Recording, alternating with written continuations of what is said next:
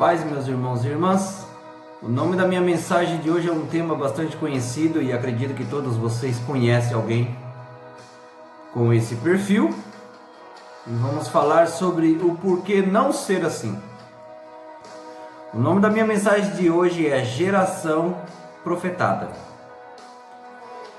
Mas ainda que nós mesmos, ou um anjo do céu, vos anuncie outro evangelho, além do que já vos tenho anunciado, seja anátema. O que é anátema? Pena ou tipo de maldição que se efetiva com a expulsão de uma pessoa do convívio religioso ou da própria igreja. Uma pessoa anátema é aquela pessoa que não se firma em igreja alguma. É aquela pessoa que fica pulando de igreja em igreja. Aquela pessoa que assiste um culto hoje, daqui a 2 meses assiste de novo na mesma igreja. Por quê? Porque são pessoas viciadas em profecia. Pessoas que ficam procurando saber coisas de Deus, mas não se firma em igreja alguma. Quem de vocês não conhece o famoso crente ping-pong? Aquele que fica para cá e para lá, para cá e para lá. Que já nem congrega em uma igreja local. E porque vivem de igreja em igreja, correndo atrás de profetas, né? Guiando a sua vida baseado em profecias. E aí que mora um perigo iminente aí, né?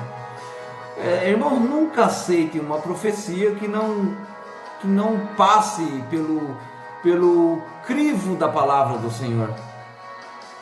Em nome de Jesus, eu peço para vocês não corram atrás de profetas. Se Deus quiser falar com você, Ele falará, seja por meio da Bíblia, seja por meio de sonhos, seja por meio de visões, principalmente por meio de pregações. Deus fala conosco através das pregações, e para isso tem que ter uma continuidade, tem que ter um comparecimento meio que contínuo, né? E digo mais, se Ele quiser falar com você mesmo, Ele manda até a porta da tua casa um profeta para falar com você, né? E porque Ele é Deus Todo-Poderoso, Ele é dono de tudo Ele sabe. Então Deus não vai ficar falando com você por pingados, por ping-pong por aí. Ele é direto, objetivo. O problema é que muitas pessoas querem ouvir o que lhes agrada, na verdade, né? Às vezes na primeira igreja ele já ouviu o que Deus tem para falar para ele, mas não gostou, né? Aí já sabe o que acontece, né? A pessoa vai na igreja: Senhor, eu quero que o Senhor me fale comigo. Aí Deus fala com a pessoa se incomoda, às vezes fala que o pastor é louco, fala que o irmão não é usado por Deus. Por quê? Porque o que ele ouviu não foi do seu agrado. Então ele vai para outra igreja buscar outra palavra, né? E ficam migrando, correndo atrás de pessoas que dizem falar por Deus, né? Vemos lá em 1 Coríntios, do capítulo 14, versículo 29, e depois vamos ler 1 Coríntios 14, versículo 3, que diz o seguinte: 1 Coríntios, capítulo 14, versículo 29: tratando-se de profetas, falem 2 ou 3, e os outros julguem com zelo tudo que foi dito. Agora vamos ler o 3 aqui. O que diz no 3? Entretanto, quem profetiza o faz claramente para edificação, encorajamento e consolação de todas as pessoas, certo? A pessoa que não se firma em igreja, irmãos, ela não participa de campanhas, ela não se firma em uma sequência de pregações, que é muito importante. Aprendi com o meu pastor que a continuidade, a frequência nos cultos te leva a um entendimento de uma sequência do que o pregador quer passar, né? Às vezes ele não consegue passar tudo numa só pregação, então tem que ter uma continuidade, né? E enfim, o Deus que fala aqui fala em qualquer lugar. Deus está substancial, ele espiritualmente em todas as coisas, e tudo emana de Deus. Algumas palavras, né, de Jesus no Evangelho de Tomé, evangelho esse que foi excluído da Bíblia, né, pelo imperador romano Constantino I, no concílio do ecumênico da Niceia. Isso foi no ano de 325 depois de Cristo, né? O reino de Deus, irmãos, está dentro de ti e à tua volta, não em palácios de pedra ou de madeira, né? Levante uma pedra e eu estarei lá. Rache uma madeira e eu estarei lá. Então Deus quer dizer o seguinte com essa palavra aqui: não é você indo em uma igreja ou outra que você vai encontrar Deus. Deus está em todos os lugares, e você que não está preparado para ouvir a Deus, que Deus fala contigo a todo momento. Nós que não ouvimos o que Deus tem a nos falar, Deus fala com uma simples folha que cai ao chão. Deus é dono de tudo, Ele é maravilhoso.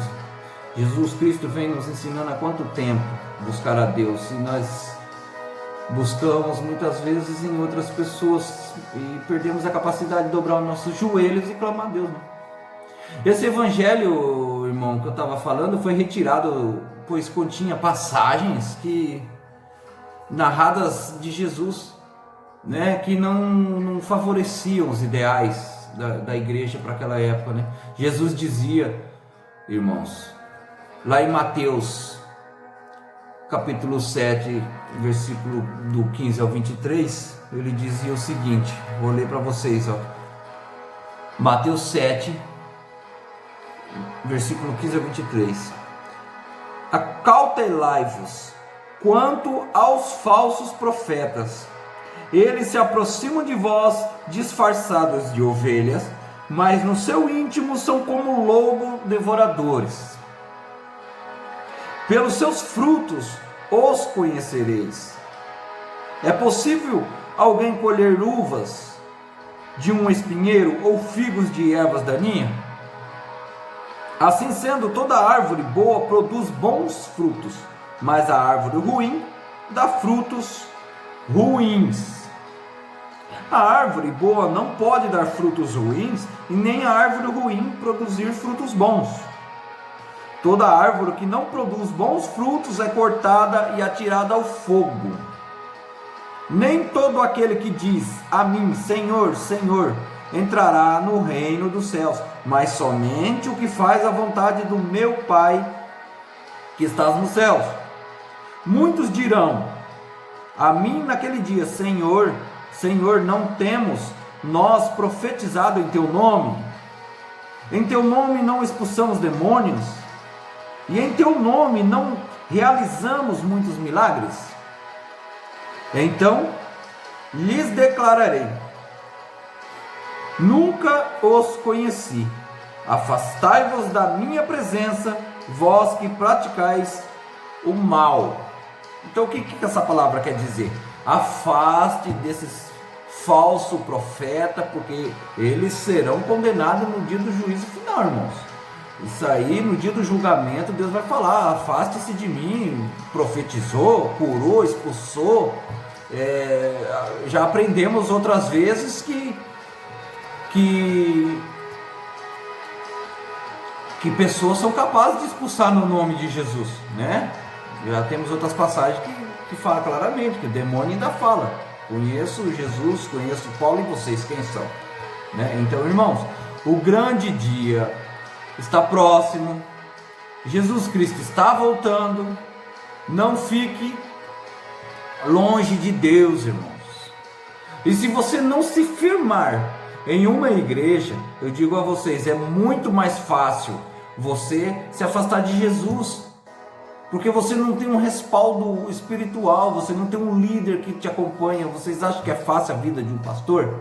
Quantas ovelhas ele cuida, quantos temperamentos, quantos discernimentos diferentes, né? Quantas mudanças de humor que ele tem que enfrentar.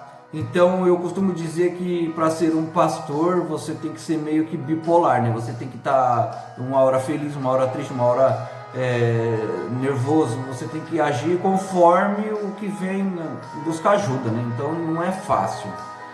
Mas eu termino a minha mensagem pedindo para vocês, faça como o salmista, né?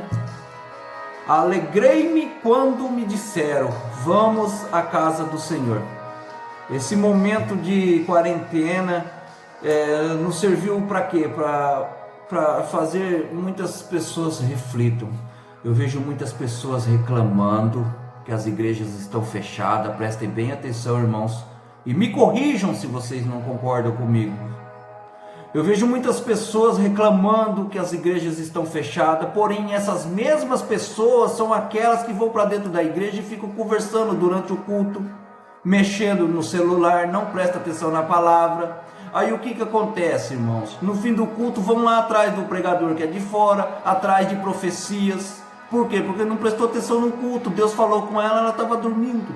E o que acontece? Muitas vezes essas pessoas levam o pregador ou o profeta a falar pela carne, porque o Espírito Santo já falou, já usou aquele irmão. E muitas vezes o irmão fica com vergonha de não atender o pedido de um servo e começa a falar por onde?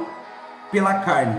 Então, sejamos coerentes. Sejamos coerentes, olhe para dentro de si mesmo e reflita assim, o que senti falta de uma igreja? Do que eu senti falta? Porque muitos irmãos vão lá para dentro da igreja para ficar colocando a conversa em dias com outros, sejamos sinceros, e acaba atrapalhando aqueles que estão tentando escutar a palavra ali, né? Então, de nada adianta viver de aparência, porque Jesus conhece aqui, ó, o nosso coração. Então eu termino a minha mensagem de hoje dizendo que se você está correndo atrás de profecias, eu sugiro que você pare e mude drasticamente a sua direção, porque você está no caminho errado. Amém? Espero que essa mensagem possa ajudar você a refletir de alguma forma. Fiquem todos na paz e tenham uma boa noite.